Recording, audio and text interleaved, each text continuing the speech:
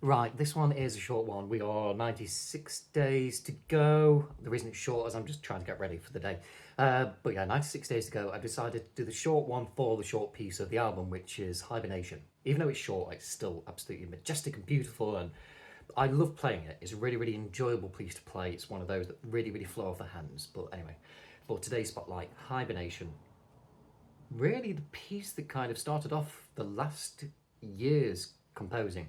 So there's definitely a transition between the old and new, and Hibernation is the beginning of that transition, especially into the modern composing side. Anyway, I really, really hope you enjoy it.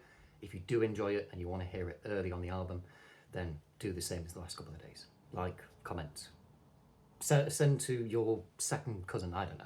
But yeah, Hibernation.